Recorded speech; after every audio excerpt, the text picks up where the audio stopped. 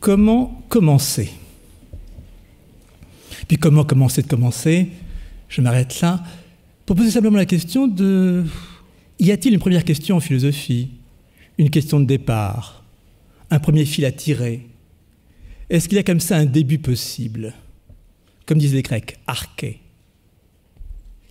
Non, on commence toujours à penser in medias res, comme dit le latin, au milieu des choses.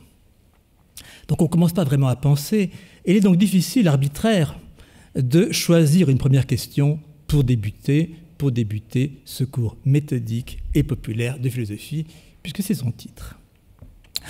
En même temps, vous imaginez que j'ai hésité à commencer par cette question du concept. Parce que vous allez me dire, mais c'est théorique, c'est spéculatif, la philosophie, c'est pas ça. La philosophie, c'est se poser des questions sur la vie, sur comment vivre, des questions engagées. Et le concept, alors, c'est vraiment l'outil technique de la philosophie, donc certainement le moins intéressant. Alors c'est par rapport à cela que je voulais réagir. Donc ouvrir un écart par rapport à ce qui se vend peut-être aujourd'hui un peu trop sous le titre de philosophie, et qui est du prêche, qui est de dire son opinion, n'est-ce pas? Je pense aux philosophes médiatiques ou à la philosophie qui se consomme comme ça si couramment aujourd'hui, ou donc philosopher, c'est dire ce qu'on pense. Or, je ne crois pas que philosopher, ce soit d'abord dire ce qu'on pense. Ce que je pense n'intéresse que moi. Je pense que c'est plutôt d'élaborer dans la pensée de façon qu'on puisse penser. Et qu'on puisse penser un peu mieux, c'est-à-dire un peu plus clairement, qu'on le ferait sans le secours de la philosophie. Donc vous voyez, ce n'est pas un sujet spéculatif, c'est un sujet combatif, engagé pour défendre une certaine pensée de la philosophie.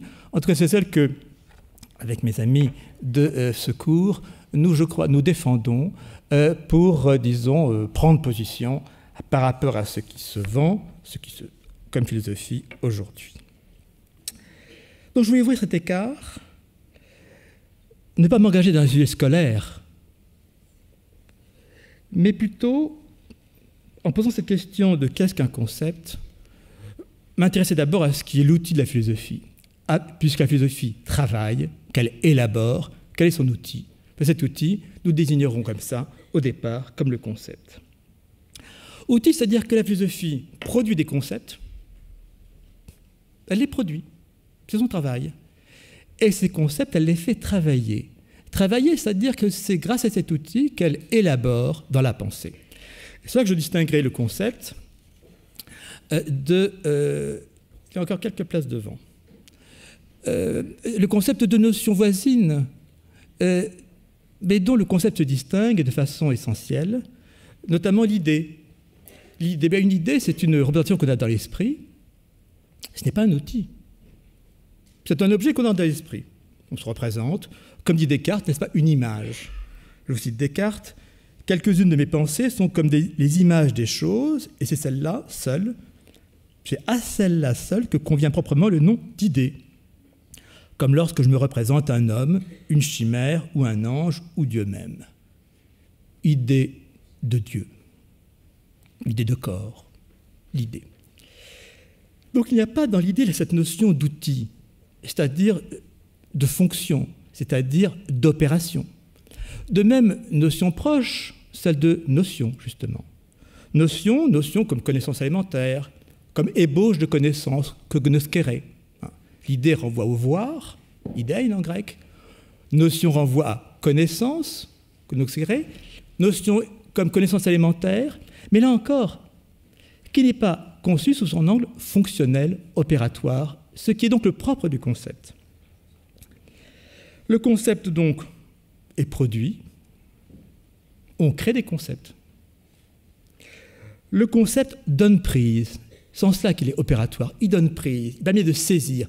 Begreifen en allemand. Begriff. Façon de nommer le concept en allemand. Donc il est opératoire. La philosophie élabore. Elle produit. Elle travaille. C'est par l'élaboration de concepts et leur articulation que travaille la philosophie. Qu'elle construit la pensée, je reviens sur ce terme, construire. Avec celui-là, évidemment, de risquer, construire dans la pensée. Alors ce que je vais faire aujourd'hui, c'est très simple, c'est deux choses. D'abord, m'interroger sur ce concept de concept. Qu'est-ce qu'il caractérise? Et en second temps, eh bien, d'en voir les limites, de voir de quoi c'est l'outil, à quoi il sert, puis à quoi il ne peut pas servir. Pour m'interroger à partir de là, donc, sur ce qui est la vocation de la philosophie. Donc je vais reprendre en fait les choses, j'allais dire par le début, ou par le commencement. Ce commencement que je suis obligé de supposer à la philosophie, et qui est cette opération qui la distingue, ou qui la fait naître, par laquelle elle a émergé en tant que la philosophie, et sous une figure première qui est celle de Socrate, qui est la capacité à totaliser. Totaliser en définissant. Première fonction du concept. Il totalise, configure un tout, et comment configure-t-il ce tout? En marquant des limites, définissent, en définissant. Il définit donc les frontières d'un tout. C'est ça qui fait d'abord le concept, si je saisis comme ça, dans son émergence. Vous savez que c'est la grande phrase d'Aristote à propos de Socrate, quand Aristote nous dit que Socrate a fait tourner la philosophie, plutôt la pensée qui va naître en philosophie, la pensée qui a pensé quoi d'abord en Grèce? Le tout des choses, dire le tout. Le tout des choses, est-ce que c'est l'eau? Est-ce que c'est l'air? Est-ce que c'est l'infini? Est-ce que c'est la lutte de l'amour et de la haine? To olon, le tout. Et puis difficulté à dire ce tout, plutôt rivalité entre ceux qui plaident pour un tout et ceux qui plaident pour un autre. Bref, un tournant se fait dans la philosophie, plutôt qui fait émerger la philosophie, qui est de penser non plus le tout des choses, mais selon le tout. Grand tournant que Aristote, le premier historien de la philosophie, attribue comme ça à la figure socratique. Il faut dire la phrase est connue parce que, je vous la lis, il est dit « Socrate, dont les préoccupations portaient sur les choses morales et nullement sur la nature dans son ensemble, en fait, c'est pas bien traduit, la nature comme un tout, avait pourtant dans ce domaine cherché l'universel, cherché le selon le tout, et fixé le premier à penser sur les définitions. » Ah, voilà la première opération.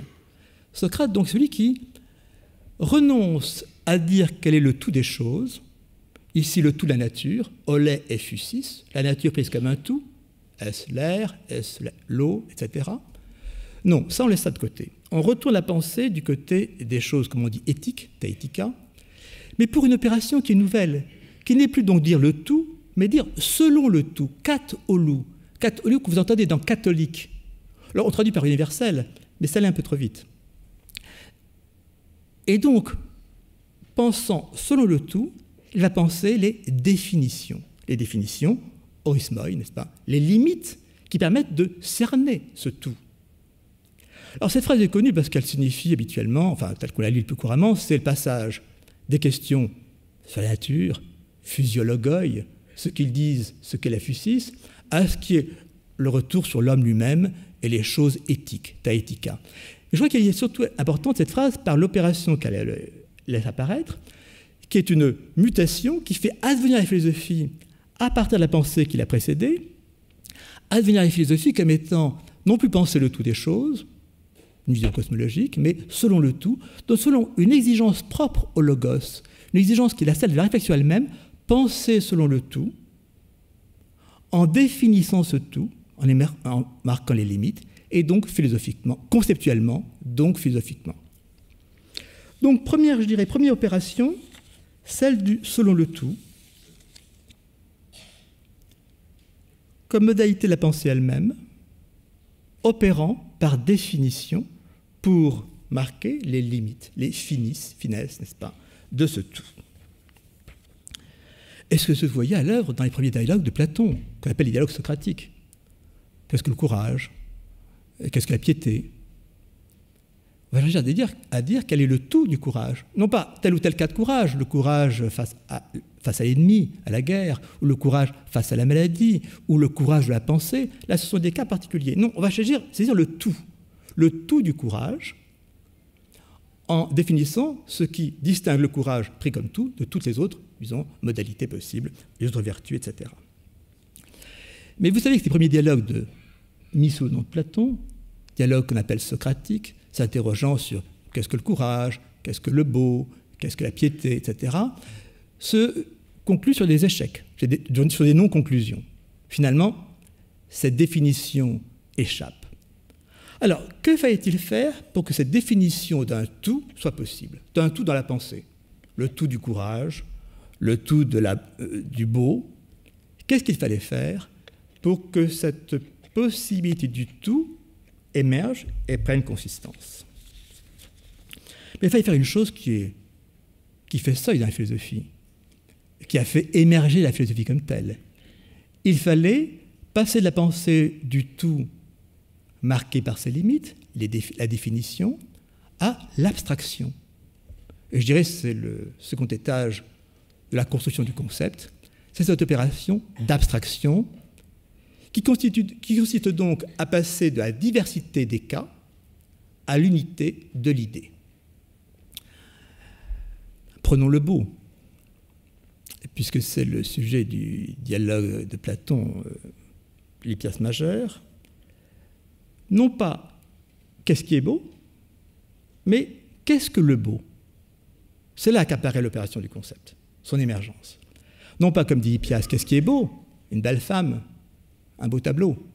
Non, qu'est-ce que le beau? Qu'est-ce qui, à travers la diversité des belles choses, se réunit sur une idée unique, mia idea, comme dit Platon, qui puisse donc couvrir cette diversité.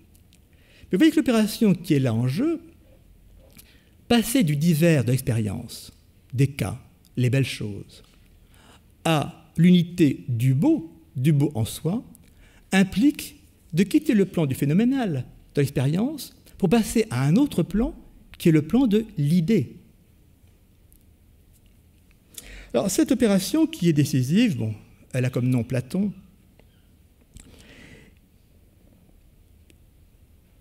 et qui est donc seconde opération, je dirais, si comme ça je construis un peu la fusée du concept avec étages successifs, second étage, donc l'abstraction. C'est par là que Platon ouvre l'écart de ce qui va devenir la philosophie par rapport à la pensée telle qu'elle a pu se pratiquer précédemment. Et c'est par là qu'il a donné un avenir au concept. Passer donc des belles choses au beau en soi. Passer donc du divers, de l'expérience, pluriel, des cas, au regroupement de tous ces cas sous une unité, mais qui est donc une unité d'idées. Une idée, un en soi. Le courage en tant que tel, le courage en soi quant à soi, comme dit Platon, auto katoto. Donc sortir de la série d'énumérations, comme dans l'Hippias majeur, une belle femme, une belle cavale, une belle marmite, une belle lyre, l'or, le convenable, l'utile, tout ce qui est beau, n'est-ce pas? Mais ranger tout cela, l'ayant totalisé sous une unité d'idées, qui sera donc le concept. Concept donc qui isole, généralise par l'abstraction. Vous voyez, il y a ce qui signifie abstraction. Abstraction signifie abstraire, s'extraire du divers de l'expérience, du phénoménal, les belles choses, en extraire une unité, créer une unité conceptuelle, une unité d'idées, kata, mian, idean, selon une seule et même idée. Donc c'est ça qui fait seuil en philosophie, et c'est ce qu'on apprend aux jeunes élèves en classe de philosophie à faire, n'est-ce pas? C'est ça, créer des concepts. Alors il faut quand même voir, parce que ça, évidemment, je répète là, je répète même, comme dit Platon lui-même, je radote, n'est-ce pas?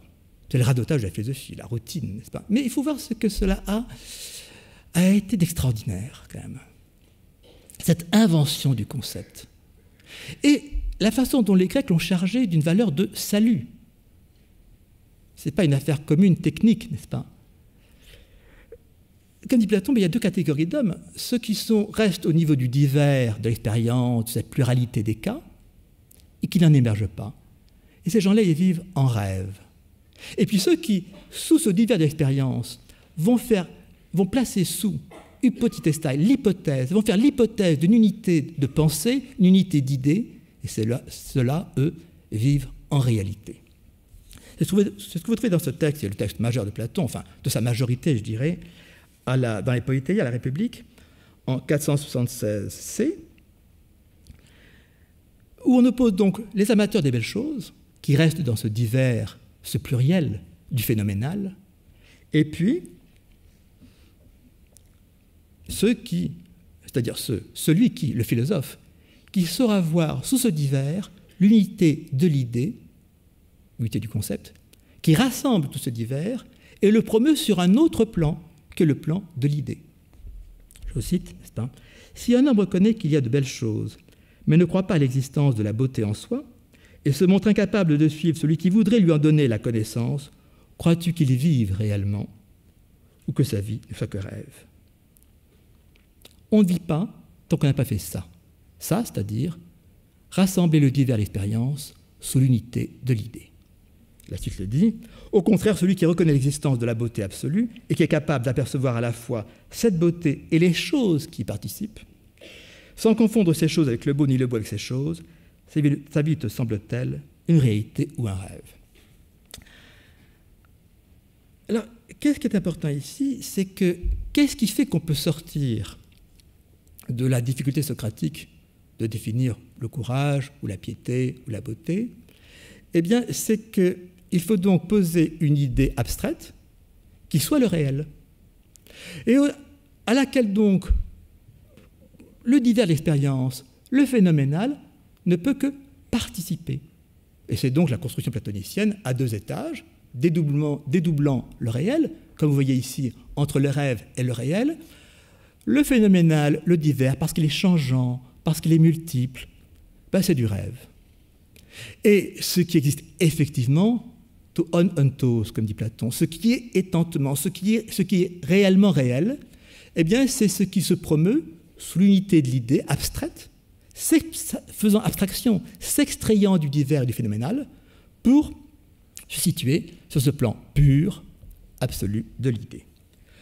Donc j'insiste là-dessus parce que ce n'est pas une affaire banale, ou disons, banale, commune, ordinaire que la création du concept. C'est une invention risquée. Une invention risquée qui se justifie parce qu'il y a un engagement de la vie, qui est de se dire que c'est en vivant au niveau des concepts qu'on vit effectivement. Sinon, on est dans l'illusion d'un divers, d'un multiple qui n'a pas d'assise. Et c'est donc le thème, le grand leitmotiv platonicien, il le répète, et il dit qu'il le répète. Par exemple, dans le Phédon, en 100b, n'est-ce pas ? Voici en effet que de recherche, je vais retrouver ce que vous le savez, j'ai 100 fois ressassé.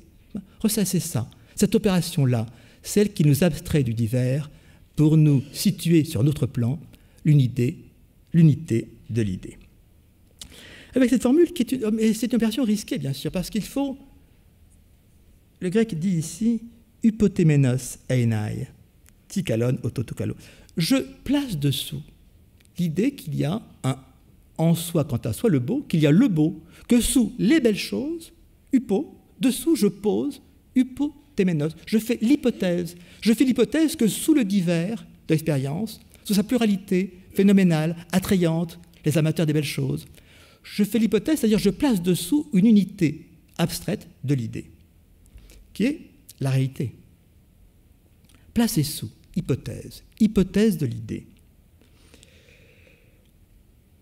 Et à cette idée une, eh bien, les belles choses, le divers, ne peut que participer, avec une déperdition, bien sûr, mais rapport donc de participation.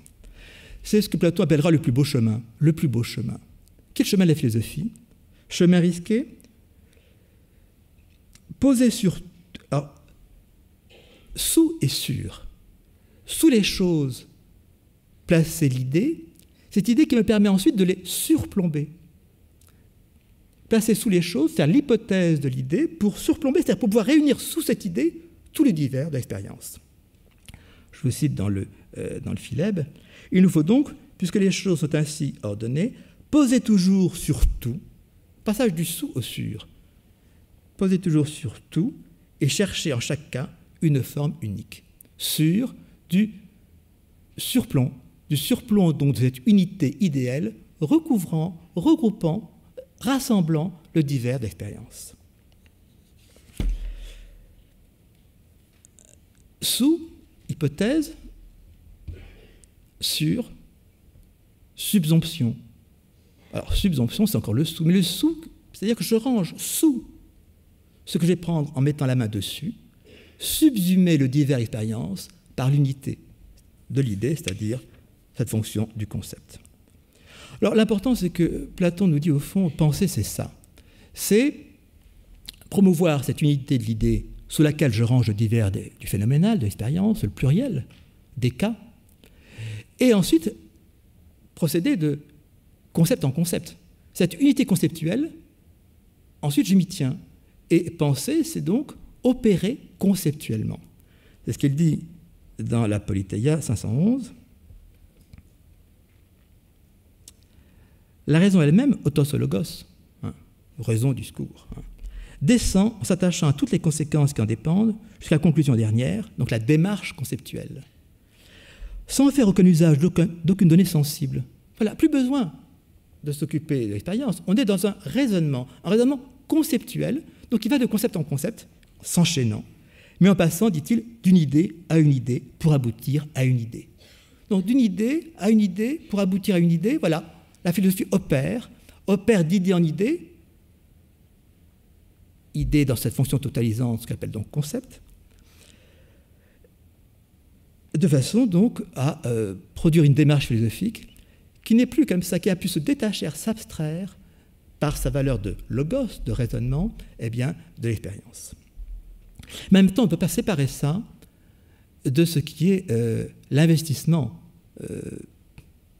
qui est fait à cet égard, et que dit un passage du fait, une phrase magnifique, qui à la fois reprend toute cette opération d'abstraction, mais pour montrer qu'en fait cette abstraction elle débouche sur quoi?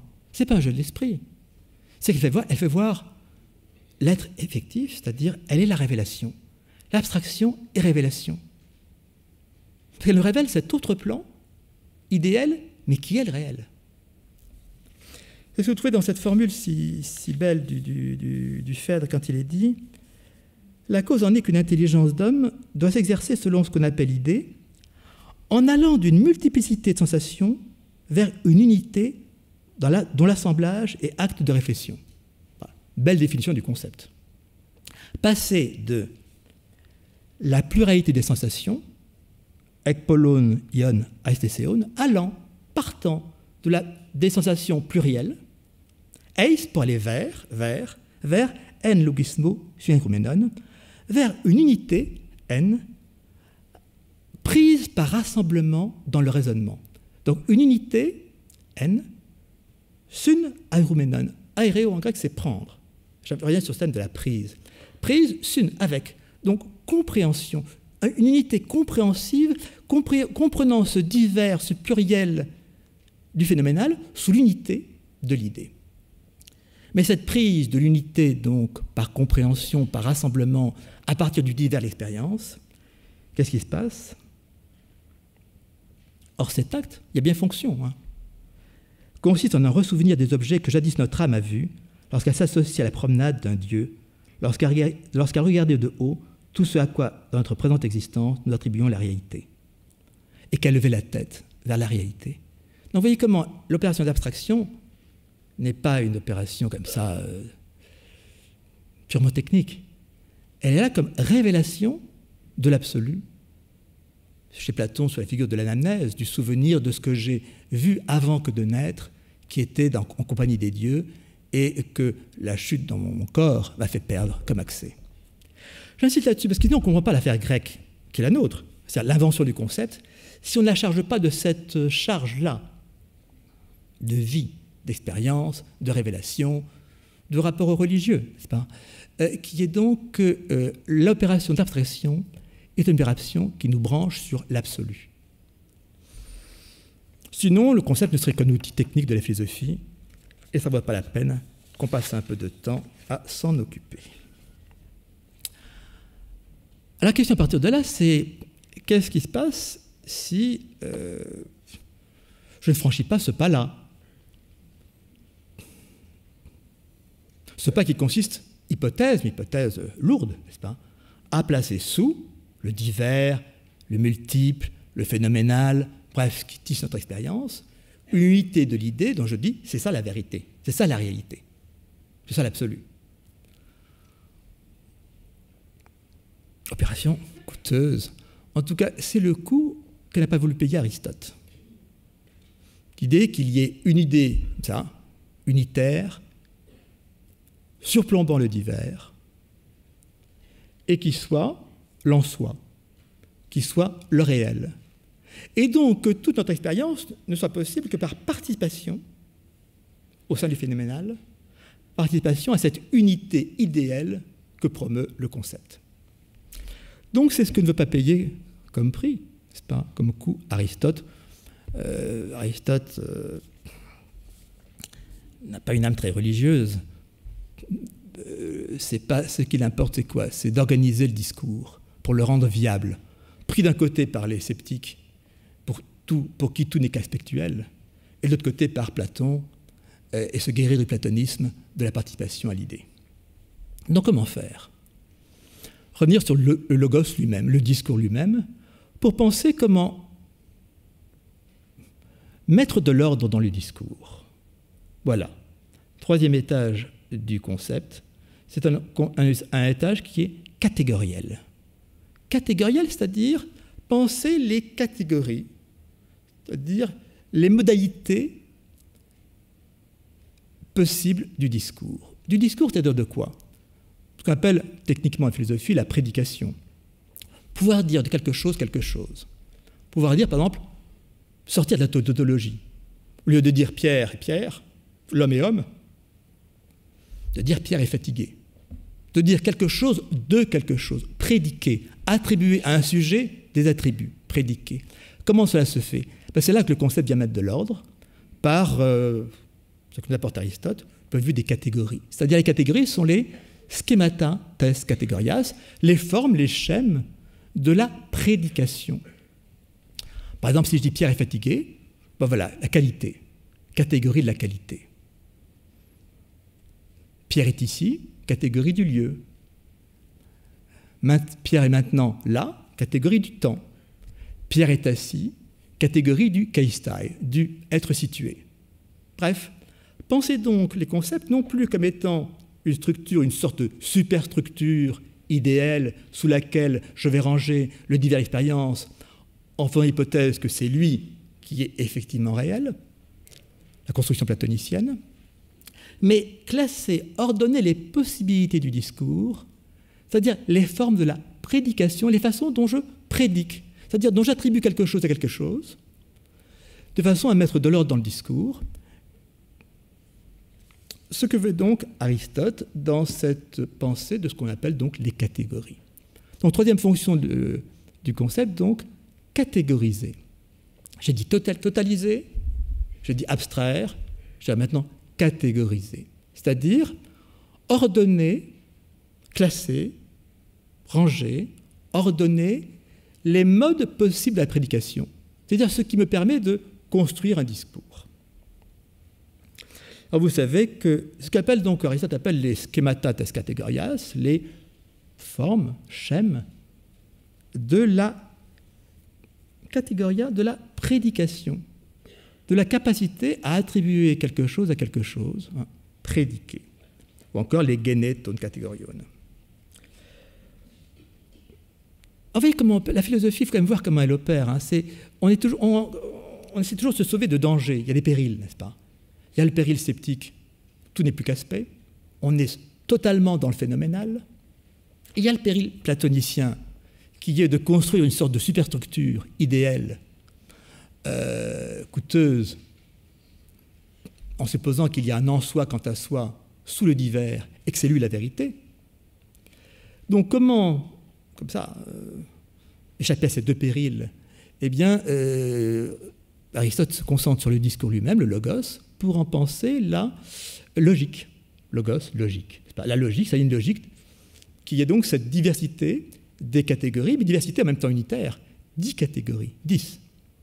10 qui sont l'essence. Alors je ne vais pas entrer dans penser que sur les catégories d'Aristote, ce qu'on a pu écrire. L'essence, la quantité, la qualité, relatif, le prosti, le en rapport à quoi, le lieu, le temps, le ici, plutôt où, le quand, n'est-ce pas, le où, le quand. Donc le ousia, essence, le combien, posson, le comment, quelle qualité, poion, le en rapport à quoi, on dit le relatif, le où, c'est-à-dire le lieu, le quand, c'est le temps, la façon d'être, keistai, l'avoir, et puis actif et passif, poiein et paskai. Donc une panoplie, je dis panoplie parce que c'est pan, il y a un tout, une armure, mais une armure complète, des modalités, bon, il y a des variations, Aristote, mais disons ici sous la forme de 10, n'est-ce pas, des modalités possibles du discours comme discours prédicant, c'est-à-dire disant quelque chose de quelque chose, qu'on puisse dire quelque chose, ben ça se range dans des catégories.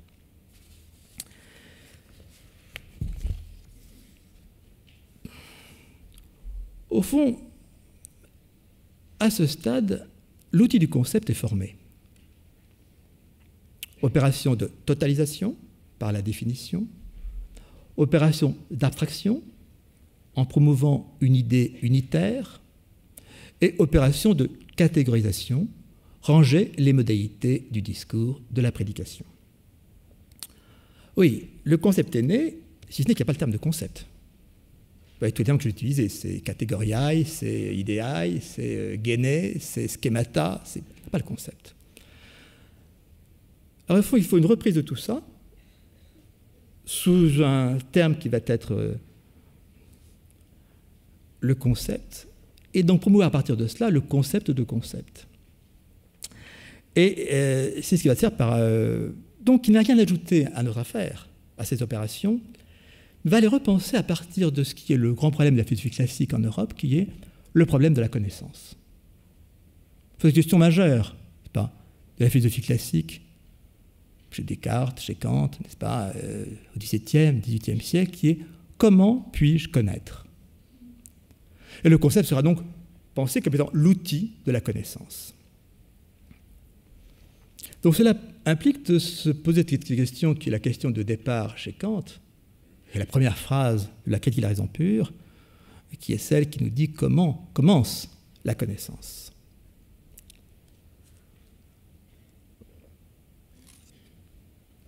Comment peut-on connaître? Bon, c'est peut-être ça qui m'autoriserait à commencer par le concept, c'est que c'est la première phrase de la critique de la raison pure. Avec cette distinction, on commence à connaître avec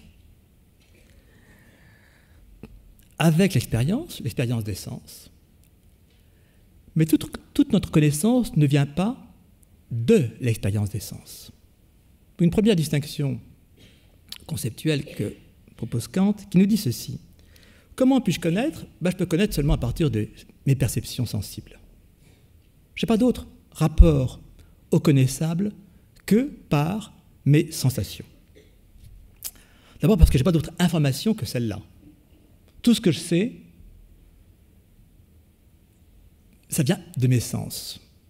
Ceux qui me mettent en contact avec du monde. Donc je n'ai d'intuition que sensible. Donc là, c'est la thèse, disons, empiriste.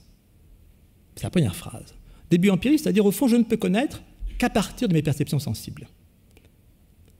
Je n'ai pas de contenu de connaissance dans mon esprit. Ce qui est l'entrée empiriste, n'est-ce pas? Au contraire d'une thèse qui serait une thèse idéaliste, dans laquelle j'aurais des idées dans mon esprit qui seraient des vérités déjà incluses. Pas dans une position cartésienne. J'ai dans mon esprit l'idée de Dieu. Il y a donc un contenu dans mon esprit. Non, la thèse kantienne, et ce qui en fait sa force, c'est que, justement, elle commence sur une entrée empiriste. Je n'ai d'information du monde, du réel, que par mes perceptions sensibles. Mais en même temps, qu'est-ce que c'est que cette information qui nous vient du monde? C'est informe. C'est informe. C'est rhapsodique, n'est-ce pas? C'est quelque chose qui est infiniment divers, multiple, changeant, bref, c'est inconsistant. Donc, je n'ai de contenu informatif que par mes sens, mes perceptions sensibles, Mais mon esprit met ça en forme. Et comment le met-il en forme? Eh bien, comment il le formalise, quatrième fonction donc, du concept, formaliser. Il formalise par les concepts de mon entendement. Donc il y a une fonction de l'esprit qui met en forme ce divers des perceptions sensibles, le met en forme, le formalise, et pour le formaliser, je reprends les termes précédents, le totalise, l'unifie, comme dit Kant, le synthétise, sous une unité qui sera l'unité du concept. Que je sois clair, parce que ce début qui est la première phrase, laquelle il a raison pure, d'une certaine façon, dit tout. De pouvoir dire ainsi, je vous lis ce début, que toute notre connaissance commence avec l'expérience, mit der Erfahrung. Il n'y a là aucun doute. Voilà, ça c'est sûr. Je ne peux avoir d'accès au monde, de rapport aux choses, qu'à partir de mes sensations. Erfahrung ici, c'est voilà, la perception sensible. Car par quoi le pouvoir de connaître serait-il éveillé et mis en exercice si cela ne se produisait pas par des objets qui frappent nos sens? Ces objets qui frappent nos sens, ils font deux choses. D'une part, ils donnent du contenu informatif, et d'autre part, ils suscitent notre esprit. Parce que notre esprit se cogne, si j'ose dire, contre cette information, et qu'elle va devoir en faire quelque chose. Donc ça le mobilise. Et ensuite, deuxième paragraphe, mais bien que toute notre connaissance commence avec l'expérience, mit der Erfahrung, elle ne résulte pas pour autant toute de l'expérience, aus der Erfahrung.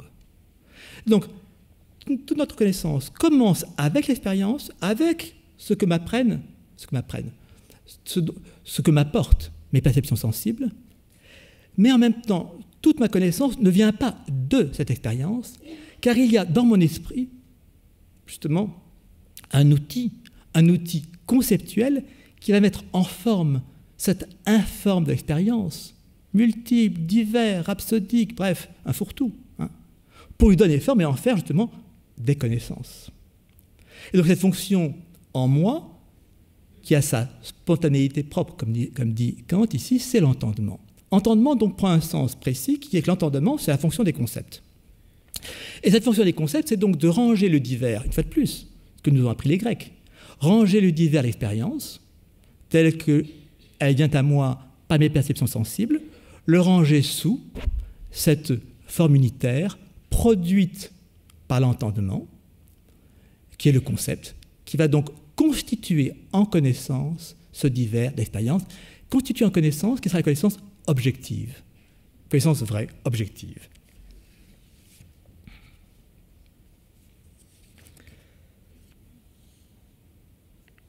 Donc, quatrième fonction du concept, de formalisation, mettre en forme. Vous voyez pourquoi ce n'est plus tout à fait les précédentes, parce qu'il s'agit de mettre en forme quoi? Le divers des sensations. La phrase de Platon, je l'ai dit précédemment, l'esprit en allant du divers des perceptions sensibles, ek polon aestheseon, ion, allant vers l'unité, n'est-ce pas, synagomenon, l'unité comme ça compréhensive dans le discours, disait cela déjà. Mais là, quand nous lisons le donne à comprendre ce que la phrase de Platon du Phèdre disait parfaitement, eh bien, quand ici le déploie donc et fait apparaître cette double source de la connaissance, source par le contenu, la matière, celle des perceptions sensibles, et source par la formalisation ou l'opération, qui est celle des concepts de l'entendement. Il y a, comme il dit, il y a d'une part des affections, ce qui m'affecte, c'est-à-dire les perceptions sensibles, et puis il y a la fonction, ce qu'on appelle l'opératoire de la fonction, l'outil du concept, c'est-à-dire cette forme dans mon esprit, forme conceptuelle unitaire, qui va donc rassembler ce divers de l'expérience sensible sous l'unité, cette forme conceptuelle produite dans l'entendement. Ce qui fait que, quand on définit précisément le concept, alors lui, il y a bien le terme, Begriff. Begriff qui signifie saisi. Kant, prenant dans ce verbe allemand begreifen, saisir, en soutirant un sens plus précis, qui soit cette saisie conceptuelle, qui donc se distingue de la sensibilité, par laquelle me vient le divers de l'expérience, mais qui se distingue aussi de l'idée, qui est l'idée de la raison, qui n'est pas de l'ordre de la connaissance, qui est de l'ordre d'une autre fonction qui n'est pas connaître, qui est conduire la recherche, n'est-ce pas ? Conduire la recherche, fonction régulatrice de l'idée, guidant la connaissance, mais ne constituant pas la connaissance. Je laisse la question de l'idée de côté. Vraiment pour constater d'une part qu'il y a distinction entre deux types de concepts chez Kant, les concepts produits, empiriques, puis les concepts purs, comme il dit, qui vont nous ramener à l'idée des catégories. Mais l'important est surtout cela, c'est qu'au fond, on distingue, pour connaître, les affections et les fonctions.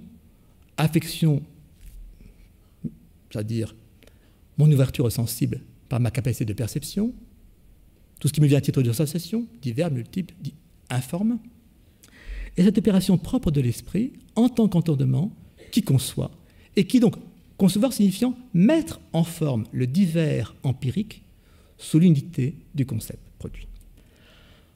Alors, je ne vais pas compliquer les choses, mais il y a donc cette opération essentielle à faire pour Kant, de mettre en rapport le sensible et l'intelligible, avec une fonction médiatrice qui sera l'imagination, qui est cette, comme on dit, double face, ou interface plutôt, interface entre le sensible et l'intelligible. L'imagination est à la fois emprise sur le sensible, les images, en même temps ouverte sur l'intelligible de l'entendement. Donc l'imagination opère la synthèse du divers de la perception sensible, et l'entendement la relaye en produisant l'unité synthétique permettant cette opération de synthèse de l'imagination. Mais il ne faut pas entrer dans une... Bon, je ne vais pas descendre de la complication passionnante au demeurant de cette affaire, simplement pour voir au fond qu'on reste dans la même logique que précédemment, c'est-à-dire d'une fonction de formalisation, mettre en forme l'informe des sensations, par l'idée d'une unité synthétique. Une unité, donc, produite, qui permet de rassembler, de ranger sous, subsumer le divers sous l'unité du concept.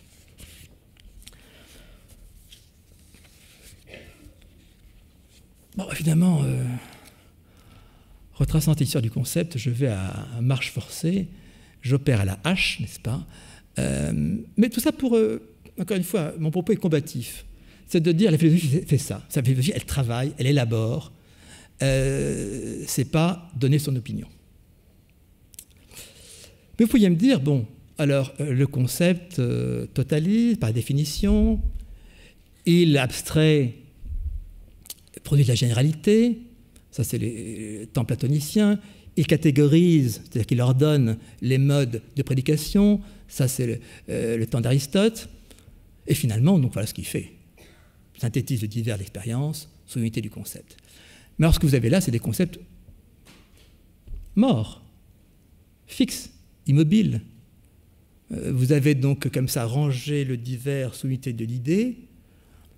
Qu'est-ce qui échappe? C'est la vie, c'est le devenir, c'est le mouvement. Quelle perte, n'est-ce pas? Quelle perte le concept serait donc une sorte d'opération comme ça, de mise en ordre, certes, mais d'une mise en ordre mort, n'est-ce pas? Alors la force de la pensée du concept, c'est justement d'avoir réagi à ça. D'avoir introduit la vie dans le concept. Que le concept ne soit pas seulement une mise en forme comme ça, stabilisante, unitaire, identifiante, mais que le concept s'avive, c'est pas s'avive. Donc le concept soit pas seulement celui de la connaissance objective, mais qu'il soit celui qui y ait un concept possible de vie, ou de vie du concept. Donc comment brancher vie et concept l'un sur l'autre, ça c'est la grande affaire. En tout cas, c'est l'affaire hegelienne. Et donc, du Socrate platonisant à Hegel, il y a bien une histoire de la philosophie qui se développe là. La question pour nous ensuite, c'est après. Après cette histoire du concept, que faisons-nous aujourd'hui? Ou quel est le poids de cet héritage? En tout cas, face à ce qui serait cette critique fondée de penser que les concepts sont donc des formes statiques, immobiles, rigides, donc ratant le mouvement de la vie, le dernier étage de la pensée du concept, rassurez-vous, c'est le dernier. Et après, il n'y a plus. Je pense que c'est plus possible d'ailleurs. La philosophie, c'est dans l'histoire. Il y a des expériences, la philosophie fait des expériences, l'une, puis l'autre, et puis après, elle mute. Elle mute. Pour survivre, il faut qu'elle mute. Cette mutation post-hégélienne, c'est Nietzsche, c'est Kierkegaard, c'est justement parce que voilà, quelque chose est advenu qui n'est peut-être plus dépassable comme tel. Comment donc introduire le mouvement, introduire la vie dans cette unité du concept? C'est là qu'il y a le coup de force de Hegel, qui est comment introduire la vie dans le concept, c'est en introduisant la négation. Pensez que l'en-soi quant à soi, tout en soi, en fait, est travaillé par le non. Il y a du non dans le concept, du non, de l'opposition. C'est-à-dire que l'opposition n'est pas dehors, elle est dedans. Enfin, c'est la grande idée hegelienne, n'est-ce pas? C'est que l'extérieur est à l'intérieur. C'est que l'opposé que marquait la définition, cette totalisation par définition, marquant les limites, n'est-ce pas? Ben non, justement, le dehors est dedans. L'autre est dans le même. C'est ça la grande idée hegelienne. D'où lui vient-elle? Du religieux, je dirais du chrétien. Dieu qui est devenu le Christ. Dieu Père mort sur la croix. Ah, ça, c'est du nom qui est dedans. La grande idée chrétienne, c'est ça, n'est-ce pas? C'est d'avoir pensé qu'il n'y a pas les dieux et les hommes, les uns séparés des autres, n'est-ce pas? Mais pensez plutôt Dieu devenant homme, n'est-ce pas? C'est-à-dire Dieu se mettant du nom en lui-même, n'est-ce pas? C'est ça qui fait la grande idée hegelienne, c'est celle-là, elle n'est pas de lui. Elle est chrétienne, simplement il l'a rendue logique. Il l'a, comme on dit, dialectisé, ce sera donc ma dernière version du concept, le concept dialectise. Il dialectise, non seulement il formalise, comme dit Kant, mais il dialectise. Dernier étage du concept. Alors cette idée donc chrétienne, qui est l'idée forte du christianisme, qui est de dire que Dieu, pour être Dieu, doit se nier comme Dieu. Dieu Père se conçoit comme Fils, et Fils mourant sur la croix, comme un esclave. C'est pas de là qu'il devienne esprit. Je résume.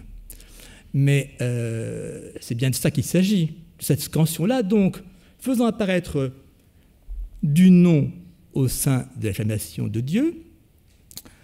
Sinon, Dieu, s'il n'est que Dieu, il s'ennuie, n'est-ce pas? Il faut que Dieu, introduisant en lui du négatif, s'oppose à lui-même, se révèle autre que lui-même pour se promouvoir en tant que Dieu, bref, devenir esprit. Alors cette idée-là, c'est celle l'idée que Hegel dialectise, et dont il fait le mouvement propre au concept.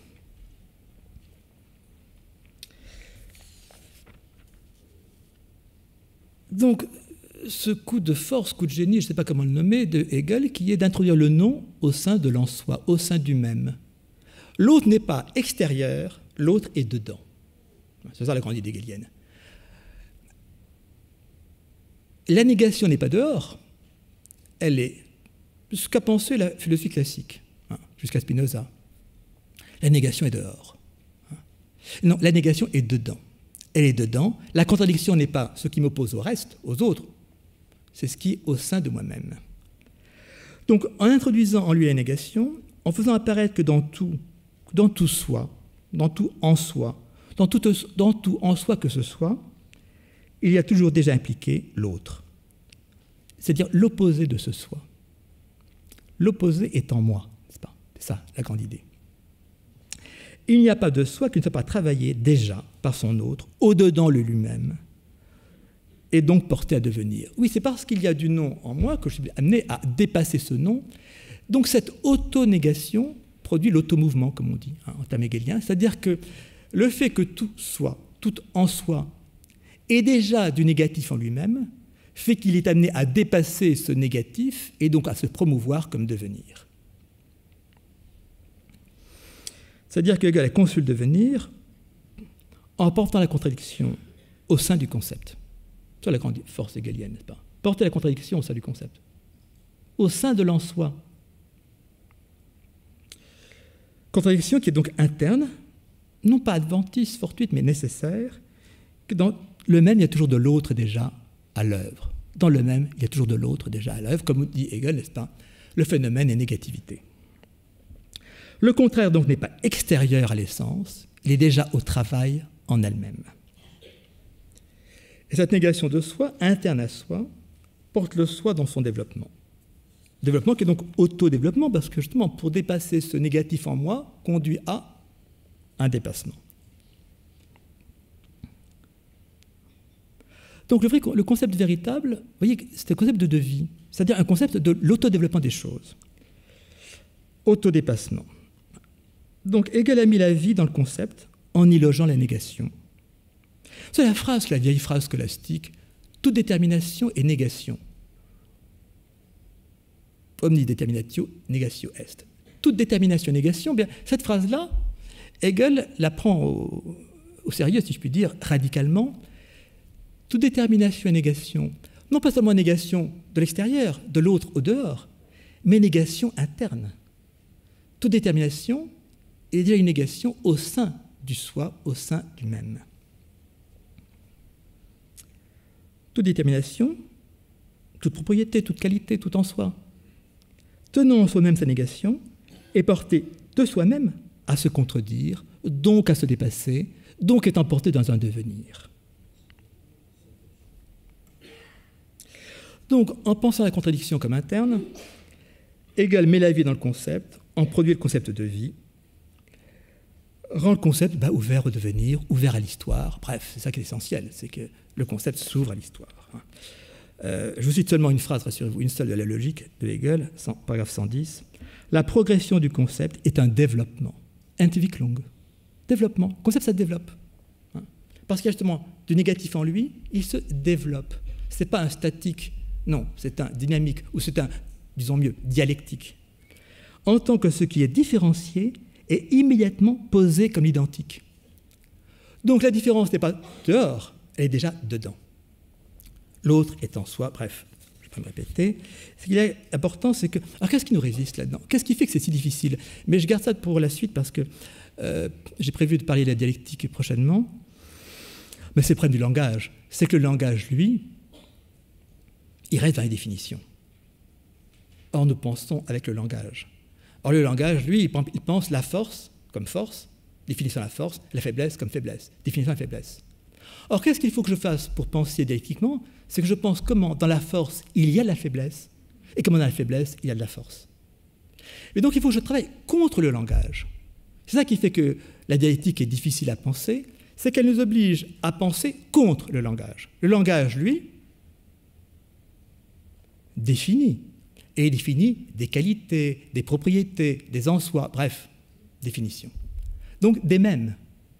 Et le langage en tant que tel ne peut pas donc introduire l'autre dans le même. Il faut donc la pensée travaille contre le langage, contre l'identification à laquelle aboutit la définition du langage, pour faire apparaître de l'autre dans le même.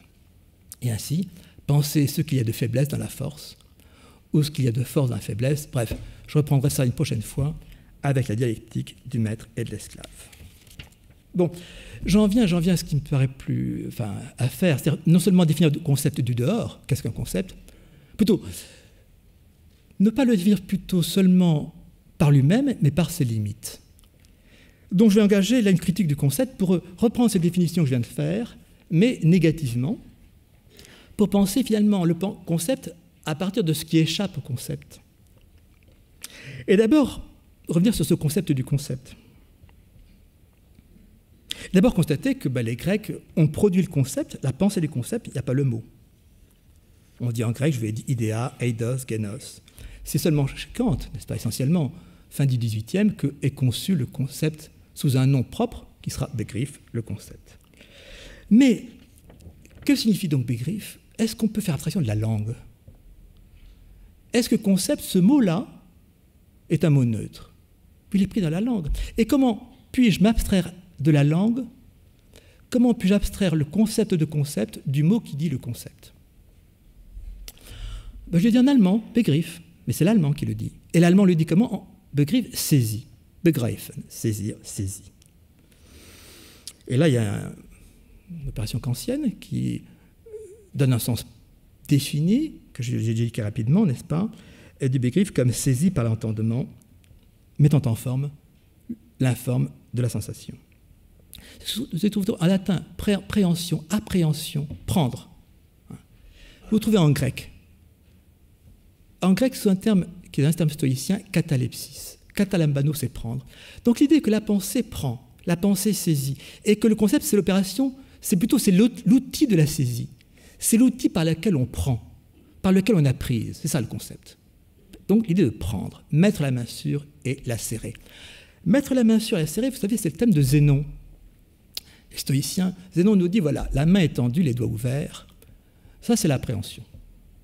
Je replie un peu les doigts, là je comprends. Je replie vraiment les doigts, là c'est la fantasia cataleptique, l'opération donc de compréhension, je serre la main. Et puis si je prends l'autre main et que je la mets dessus, que je serre le poing, alors là je prends, c'est la science. Parce que donc, de la main ouverte, appréhensive, la main qui se referme, qui acquiesce, l'assentiment qui se resserre, qui fait la compréhension, et puis je mets l'autre main dessus et je ferme bien le poing, là je stabilise ma compréhension, c'est la science qui stabilise la compréhension. Bon. Donc vous voyez à quel point nous sommes travaillés par l'idée de la prise. Alors la question va être, qu'est-ce qu'on ne peut pas prendre? Qu'est-ce qui échappe à la prise? C'est donc ce qui échappe au concept. Mais est-ce que ce sémantisme de la prise est le seul? Non. Il y en a un autre, rival, dans la pensée du concept. Et donc le concept ne peut pas s'échapper du mot qui le désigne. Donc l'effort du concept pour s'abstraire du terme concept est un effort difficile à faire aboutir. Puisque l'autre sémantisme dans la conception, c'est quoi? La mère qui conçoit l'enfant. Conception au sens de l'immaculée conception. Hein, la conception. Et c'est une tradition de la philosophie aussi, médiévale, chez Thomas d'Aquin. C'est-à-dire que le concept, c'est ce qui est conçu comme l'embryon conçu. Donc le concept, c'est l'embryon de l'esprit. Donc conception à la fois au sens de prise, capere, prendre avec, ensemble, cum capere, compréhension, saisie d'un tout par rassemblement, mais aussi bien sémantisme de la conception comme étant le pouvoir de l'esprit de concevoir, c'est-à-dire d'enfanter. Hein. Et c'est donc la tradition médiévale, conceptus, chez saint Thomas d'Aquin, je laisse tout ça de côté, mais en tout cas l'idée, vous voyez qu'on n'est pas dans le simple là. Il y a un travail, une tension sémantique dont on ne peut pas faire totalement abstraction. Ou jusqu'où peut-on en faire abstraction? De cette pensée du concept comme enfantement, ben c'est ce qu'exploite Hegel. Hein. Hegel, quand il dit que le concept, c'est le gland par rapport à l'arbre. Je vous cite le passage esthétique. Quand le gland s'est développé, pour devenir un arbre, nous avons devant nous la réalité du gland. Le gland en tant que germe est le concept, l'arbre est la réalité. Vous voyez qu'on est bien dans ce sémantisme du gland, du germe, du développement, Entwicklung, aboutissant à l'arbre. Bref, il y a donc que le mot n'est pas simple, hein, pris dans cette tension entre la conception comme étant saisie, capere, et puis la conception comme étant enfantement. Bref. Et alors si je m'ouvre à la diversité de l'Europe, parce qu'il faut voir la rivalité des langues, il faut voir ce qui fait Europe. L'Europe, c'est justement cette diversité de ressources. Si je parle de concetto en italien, ce n'est pas le concept allemand, ce n'est pas le Begriff, même si aujourd'hui concetto en italien a absorbé l'idée kantienne du Begriff. Mais concetto en italien signifie autre chose. Je dirais tout autre chose. C'est le trait d'esprit, c'est dans le langage des peintres, déjà chez Dante, mais dans le langage des peintres, chez Vasari, c'est la figuration inventive du dessin. C'est ça le concetto. Même si concetto ensuite a pu absorber le sens kantien universitaire qui s'est imposé depuis, eh bien c'est ça. Et donc on voit toute autre chose qui se dessine, qui est l'Italie, mais l'Italie et l'Espagne, c'est-à-dire l'Europe du Sud, celle qui n'a pas connu le concept du Begriff, de la saisie théorique, unitaire, synthétique, bref, formalisante ou dialectisante, qui est cette autre chose, qui est cette floraison de l'art, du concetto comme étant cette figuration inventive, essentiellement métaphorique, du trait d'esprit, subtil.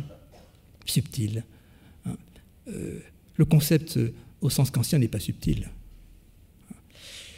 il met en forme. Donc il y a quelque chose d'autre, et quand le concept en français est ouvert comme ça dans cette diversité, qu'il ne faut pas comme ça occulter ou rabattre. Le conceptisme, c'est bien du concetto qu'il s'agit, en Italie ou en Espagne, et c'est ce primat accordé justement à ce qui est peut-être l'autre du concept, qui est la métaphore. La métaphore, le trait d'esprit, la pointe, l'invention, bref, quelque chose qui est qu'au fond, il y a une géographie de la philosophie.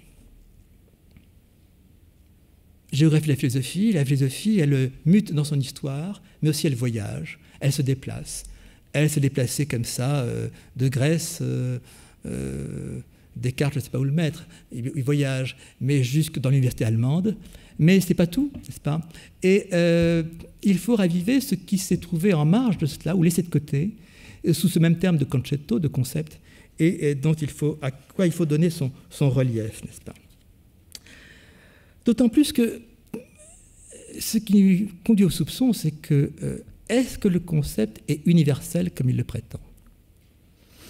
Je ne vais pas me mettre sur cette question qui est immense, mais ces catégories, ces formes de rangement de la prédication, telles qu'on les trouve chez Aristote, telles qu'on les retrouve chez Kant, reprenant le terme d'Aristote, que Kant propose comme étant les concepts souches, dit-il, de l'entendement, Stammbegriffe, concept souche de l'entendement, de tout entendement. Est-ce que ces concepts souches, est-ce que cette opération d'abstraction du concept peut totalement aboutir? Est-ce qu'il y a des concepts universels? Bon, c'est une vraie question aujourd'hui par rapport à la diversité des cultures. Diversité des cultures, diversité des pensées. Est-ce qu'il y a des concepts universels? Est-ce qu'il y a des concepts suffisamment abstraits pour s'abstraire du divers, des cultures, du divers, des pensées? Jusqu'où l'abstraction? Jusqu'où l'abstraction du concept par rapport à la langue qui le porte? Alors, Aristote ou Kant ont cru que cette affaire était faite, qu'ils avaient produit des concepts absolument abstraits, avalisés, universels. Mais à regarder de plus près, et avec le soupçon qui nous vient, nous, en circulant entre les langues, eh bien, on se rend compte que non, l'opération n'est pas faite. On l'a beaucoup dit pour Aristote, notamment Benveniste en France, que les catégories d'Aristote sont les catégories de la langue grecque. C'est des concepts extraits, abstraits du grec, mais d'une langue, pas de n'importe quelle langue. D'une langue, par exemple, qui distingue le passif et l'actif. D'où le fait que les dernières catégories d'Aristote sont le passif et l'actif. Oui, encore faut-il qu'il y ait des voix actives et passives dans cette langue-là. Si je me tourne vers des langues qui n'ont pas cette modalité passif ou actif, les catégories du passif et de l'actif tombent. Donc les catégories d'Aristote sont, comme on a dit, soufflées par la langue grecque. Soufflées comme on souffle à l'oreille, n'est-ce pas? À l'oreille d'Aristote, c'est la langue grecque qui soufflait. Elle soufflait ces catégories grammaticales. Le fait qu'elle a effectivement un cas pour dire le temps, pour dire le lieu, qu'elle a l'actif et le passif, etc. Mais on dira, oui, va pour Aristote, le grec. Mais Kant, lui, ces concepts souches, Stammbegriffe, les catégories kantiennes, sa table des catégories, elles ne dépendent pas de la langue.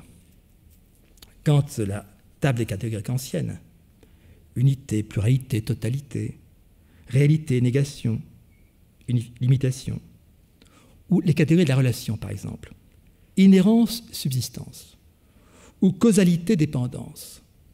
On va dire ça c'est totalement universel. Tout se range dessous, quelle que soit la langue, quel que soit le mode de pensée. Ça peut se ranger sous, se laisser subsumer, sous substance, ou sous causalité. Moi je l'aurais cru tant que je n'ai pas commencé à apprendre une autre langue, une langue d'ailleurs, une langue comme le chinois. Moi j'avais pris pour argent comptant les catégories de Kant en pensant qu'elles étaient effectivement table des catégories, comme on dit table de la loi, table universelle. Puis passant en Chine, je me suis dit non, substance c'est européen, substance qui se tient sous, c'est donc la métaphysique européenne.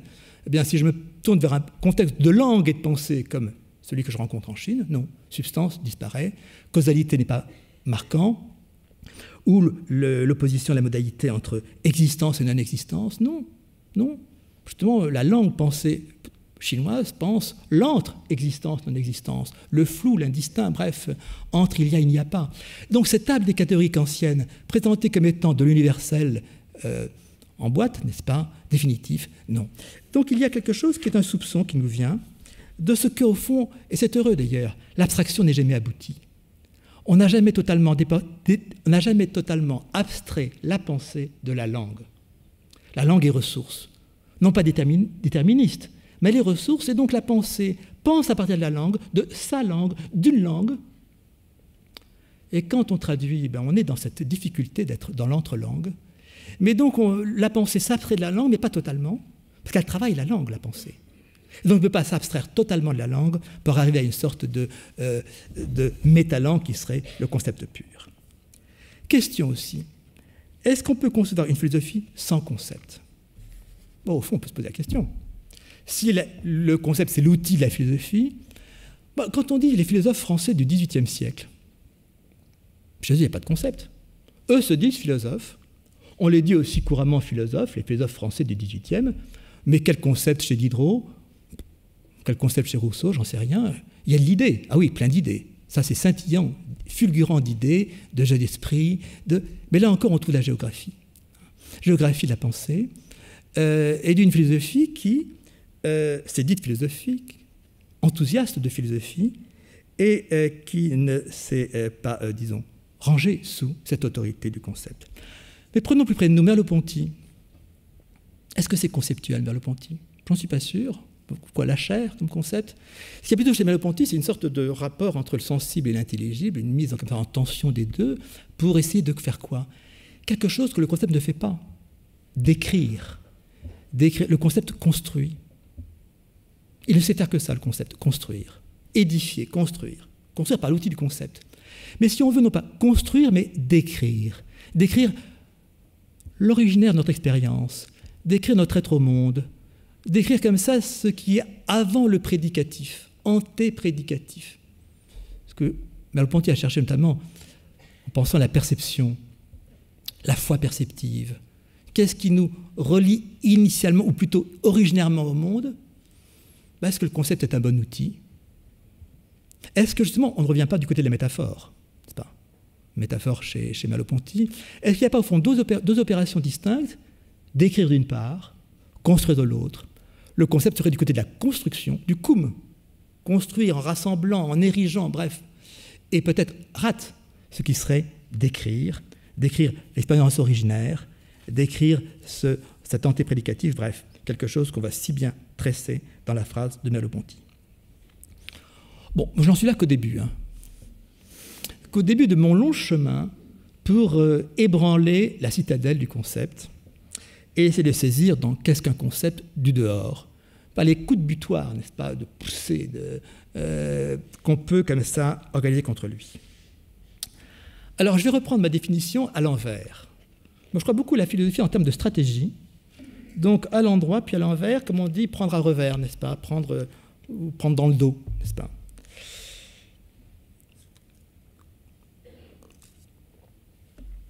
Alors d'abord j'ai dit,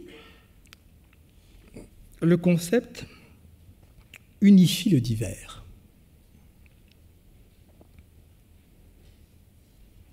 La question c'est, est-ce que cette unité n'est pas factice? Qu'est-ce que rate le concept en geste platonicien unifié, c'est-à-dire pros n, pas sn, ranger le divers, l'expérience sous l'unité de l'idée? Oui, mais qu'est-ce que vaut cette unité de l'idée? Platon nous dit c'est le réel. Bien, mais c'est son hypothèse, sens propre. Mais donc, ranger le divers sous l'unité, est-ce qu'il n'y a pas eu là une perte irrémédiable, une perte qui caractériserait le concept dans son opération, qui serait une opération de forçage, qui serait donc de ranger ce divers sous l'unité de l'idée. Donc la question, c'est d'abord, première critique ou première limite, c'est est-ce que le concept n'impose pas une unité factice?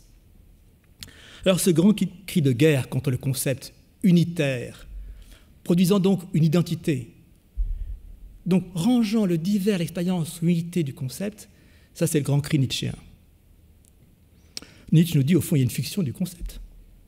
Pourquoi formons-nous des concepts? C'est pour nous repérer, c'est pour nous aider à vivre. mais les concepts sont des étiquettes unitaires qu'on range sous le divers de l'expérience. Étiquette donc de rangement, c'est commode, concept. Mais c'est pas vrai, c'est commode. Commode pour vivre, parce que la vie c'est du fluide, fluent, c'est du court comme ça, changeant. Et donc pour se repérer là-dedans, on a besoin de saisir. On saisit quoi? Pas du réel, mais on saisit le saisissable, à savoir l'immobilisable, du factice, mais qui nous permet de nous repérer dans ce divers. Bon, Nietzsche nous dit ainsi, pur concept, le concept qui prétend la pureté de l'unité, pureté de l'abstraction. Pur concept, c'est-à-dire comme fiction conventionnelle, qui servent à désigner, à se mettre d'accord, nullement à expliquer quoi que ce soit. Donc on aurait là un acte de repérage conventionnel. Tout se divers. Par exemple, si je dis le beau, et je mets comme ça dessous une belle femme, une belle musique, un beau tableau, une belle sensation, la beauté morale, tout ce divers, je le mets sous cette unité-là. Est-ce que ce n'est pas forçage, ou je produis une identité logique, mais qui subsume, rassemble, réunit sous elle des choses qui sont essentiellement hétérogènes? Est-ce que la différence n'est pas première? Réticence de Montaigne au concept, on la connaît bien, n'est-ce pas? Le grand début de son essai de l'expérience, son dernier essai, différence entre deux œufs. Il n'y a pas deux œufs pareils, n'est-ce pas? Même deux œufs, il y a de la différence. Donc le réel, c'est du divers. Et ce divers, c'est du divers, du transitoire. Et donc le concept est cette sorte d'abus qui range ce divers essentiel sous une unité comme ça, factice. Fiction du concept. Les concepts, comme dit Nietzsche, sont au mieux des signes de reconnaissance. Signes de reconnaissance dans ce divers en mutation continue, mais pas des signes de connaissance. Reconnaissance, pas connaissance. Bon, il y a donc cette première interrogation, est-ce que l'unification du concept n'est pas abusive, fictive, et d'autre part, l'abstraction. Le concept abstrait produit de la généralité. Mais quel est le statut de cette abstraction? Est-ce que abstraire n'est pas perdre l'essentiel qui est quoi? Le singulier, l'unique. Non plus là le divers, mais l'unique, le singulier. Ce qui ne s'abstrait pas, ce dont la généralité est abstraite et ne vaut rien, qui échappe à la prise du concept. Incapacité de subsumer, de ranger sous. Parce que ce qui ne se range pas sous, c'est le singulier. Ce qui résiste à toute subsomption, qui n'est pas comparable, qui n'est pas annexable, qui ne se range sous rien. C'est déjà ce que dit Aristote contre Platon. Qu'est-ce qui existe effectivement? Ce n'est pas l'homme, pas le concept d'homme. L'homme, c'est de la généralité, mais ça n'existe pas, l'homme. Ce qui existe, c'est Socrate ou Callias. C'est vous, c'est moi, mais vous individuellement. C'est ça qui existe. L'homme, le concept d'homme, ça n'existe pas. Sauf à faire comme Platon, c'est-à-dire que ce sera ça le réel, et nous ne soyons que des simulacres ou des participants à cette unité. Vous avez la grande phrase de la scolastique reprise en fait dans le sillage d'Aristote, existentia est singularium. L'existence est faite des singuliers. L'existence n'est faite que des singuliers, au génitif. Elle n'est faite que de singularité, l'existence. Plutôt des singuliers. Singularité, c'est déjà un concept. La science est à propos des universels. Donc la science nous met à propos de scientia est de universalibus. Mais la science nous laisse à distance. Elle nous fait planer dans l'abstraction de la généralité conceptuelle, mais nous tient à l'écart de l'existentia, l'existence qui n'est faite que des singuliers. Statut de l'ékastos, chez Aristote, du chacun. Il n'y a que du chacun. Ce qu'on soigne, ce n'est pas l'homme, ce n'est pas le malade. On soigne Socrate, un individu, un chacun, ékastos. Alors, cette revendication est déjà chez Aristote contre Platon, mais elle prend une toute autre dimension avec la venue du christianisme. Et elle prend cette dimension pleine, non pas chez Nietzsche, là, mais chez Kierkegaard. C'est l'individu. L'existence est l'individu. L'individu est un grand I. Il n'existe que l'individu. C'est la seule catégorie possible, mais qui est une anticatégorie. Parce que le christianisme a apporté cette idée d'un chacun qui est un chacun avec un destin propre, avec un destin unique, avec quelque chose qui le singularise absolument, absolument. Donc l'absolu du singulier ne se range sous rien, et surtout pas sous ce couvercle subsumant de la conception. Et encore, j'ai dit donc le concept unifie, est-ce que l'unité n'est pas factice? Le concept abstrait, est-ce que cette généralité n'est pas abusive, ratant d'une part le divers, ratant d'autre part le singulier? Et enfin, je dis, j'avais commencé par là, le concept totalise. La question c'est, qu'est-ce qui échappe à la totalité? Qu'est-ce qui reste irrémédiablement extérieur, ne rentre pas sous la figure du tout? Ben là, je le désignerai pour aller vite parce qu'il faut que je finisse, c'est l'autre. L'autre, est-ce qu'on peut avoir un concept de l'autre? Ou est-ce que l'autre, ce n'est pas justement ce qui, par principe, échappe au concept, c'est-à-dire échappe à la totalisation du concept? Vous voyez, si je reprends la formule de Zénon, plutôt l'image de Zénon de la main qui s'ouvre, les doigts tendus, puis qui se referme dans l'assentiment, et puis qui se ferme, le poing fermé dans la compréhension, et après qui se stabilise comme la science, est-ce que quand je referme la main comme ça, finalement en resserrant bien, c'est pas rien que j'ai dedans? Bon, finalement. Est-ce que j'ai pas, en fermant le poing, tout laissé échapper? En tout cas, la question là est essentielle, c'est que ce qui échapperait à la fonction du concept comme totalisation, totalisé par la définition, lève pas dehors ce grand dehors, ce qui ne peut être que dehors, ce qui ne peut que se rencontrer, qui est l'autre. L'autre n'est pas ce que je comprends, l'autre n'est pas sous catégorie. Autrui donc qui se rencontre, mais qui ne se subsume en rien. Donc qui ne se laisse pas conceptualiser. C'est ce qu'un thème qu'a beaucoup développé, vous le savez, Lévinas, dans ce grand livre « Totalité et infini ». Finalement, qu'est-ce que ne subsume pas le concept en totalisant? C'est ce qui échappe à la totalité, à savoir l'infini. L'infini n'entre dans aucune totalité. Et l'infini, se révélant à moi sous la figure de l'autre, comme dit Lévinas, sous son visage, eh bien là, il y a de l'intotalisable. C'est-à-dire que ma relation à l'autre ne peut pas être totalisée. C'est ça qui nous sépare de Hegel. Parce que dans Hegel, l'autre, c'est l'autre du même. C'est l'autre comme étant l'opposé. Mais l'autre, c'est pas ça. L'autre, c'est pas l'opposé. L'autre, c'est l'autre en tant qu'autre, l'autre en tant qu'extérieur. Et l'extérieur, c'est justement ce qui n'entre dans aucune totalité, aucune définition, limitation, l'infini. Je dirais qu'il y a un concept possible du lui, je ne sais pas ce qu'en dira Martin Rueff, puisqu'il en parlera cette année, du il. Le il, sans doute, te laisse subsumer, mais pas du tu. Et si ce n'est pas du tu, pas du je non plus. C'est-à-dire que l'intériorité subjective ne se laisse pas non plus subsumer. Bref, en tout cas, il y a quelque chose là qui me paraît à marquer. Je le reprendrai à propos de la dialectique. Mais si je résume cela, je dirais, si le concept a comme fonction de saisir, qu'est-ce qui échappe donc à la saisie du concept? Je reprends les trois éléments. Le concept unifie, mais perd le divers. Le divers, le transitoire, c'est-à-dire finalement le séduisant, ce qui fait la consistance de l'expérience. Le concept abstrait, mais il perd le singulier, l'unique, le chacun. Et enfin, le concept totalise, par là il perd l'autre. L'autre en tant qu'autre, qui n'est pas l'opposé du même, c'est-à-dire l'extérieur, le hors-totalité, l'infini. De là l'idée que le concept est un forçage. Forçage, forceps. Je reviens vers le concept comme étant le concept de conception, enfantement. Forçage, forceps. Sa saisie n'est pas neutre, saisie violente. Le concept fait violence. Et peut-être que cette saisie, je vous l'ai dit, que saisit-elle? Eh bien, je crois que c'est ce qui m'amène à penser que si on lit la philosophie, ou le destin de la philosophie, à la validité du concept, je pense que toutes les critiques précédentes sont pertinentes. Elles marquent des limites. Elles marquent de ce qui échappe à la fonction, à l'opération, à l'opératoire de la philosophie. Mais je l'ai dit en commençant, le concept est outil. Outil.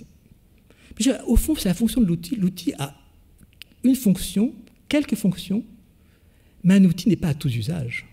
Un outil a des usages. Un marteau sert à enfoncer un clou, à marteler une carrosserie, mais pas à peindre. Non. Un outil a une vocation d'outil. C'est une vocation limitée. Et donc, je pense que le concept est bien un outil, mais un outil implique un usage déterminé. Tel usage et non tel autre. Certains usages, donc certaines fonctions et non pas d'autres. Et en même temps, je tiens à cette fonction d'outil, ce qui fait que là, je me retirais de la critique nietzschéenne. Ce n'est pas une commodité, le concept. Ce n'est pas une facilité. Mais c'est un outil, donc limité comme est un outil, remplissant certaines fonctions et non pas d'autres. Il opère, et comme toute opération, une opération déterminée. Donc le passage à la conceptualisation n'est pas illusion, n'est pas fiction, mais remplit certaines fonctions, et non d'autres. Elle a certains domaines. La philosophie n'est pas toute la pensée. Le concept est un outil possible de la pensée, celui de la philosophie. Et c'est ce qui rend, là, je crois, la philosophie à sa vocation singulière. À sa vocation singulière qui est que, si justement j'ai insisté sur cette fonction du concept, sa fonction donc d'outil, de totalisation, d'abstraction, d'uniformisation, non, d'unification, et peut-être uniformisation, effectivement, en tout cas le mise en forme kantien, c'est pour mieux faire apparaître justement que la philosophie, dans son travail, parce que la philosophie justement travaille, elle élabore. En quoi elle se distingue, j'avais dit en commençant, de la philosophie d'opinion, contre laquelle je dis rien, si ce n'est qu'elle ne travaille pas, qu'elle n'élabore pas. Elle répète, la doxa, l'opinion, n'est-ce pas? Mes opinions sont des répétitions. Pour que mon opinion soit plus une répétition, il faut que j'élabore, que je produise les conditions de possibilité d'une pensée. Et donc, philosophiquement, que je conceptualise. Mais je dirais que c'est pour faire apparaître, d'une part, la philosophie dans son travail, productrice de concepts, mais aussi pour faire apparaître la philosophie comme entreprise affrontant l'impossible. Cette prise, justement, cette prise de la catalepsis, du Begriff. Entreprise, donc, affrontant l'impossible. Non pas une fiction, mais une entreprise héroïque, une entreprise limite. Limite, effectivement. Conduire la philosophie à sa limite. Unifier, totaliser, abstraire, pour élaborer du pensable, comme le veut le concept, et certainement un forçage, mais qui produit un effet. Un effet de prise limitée, mais de prise effective.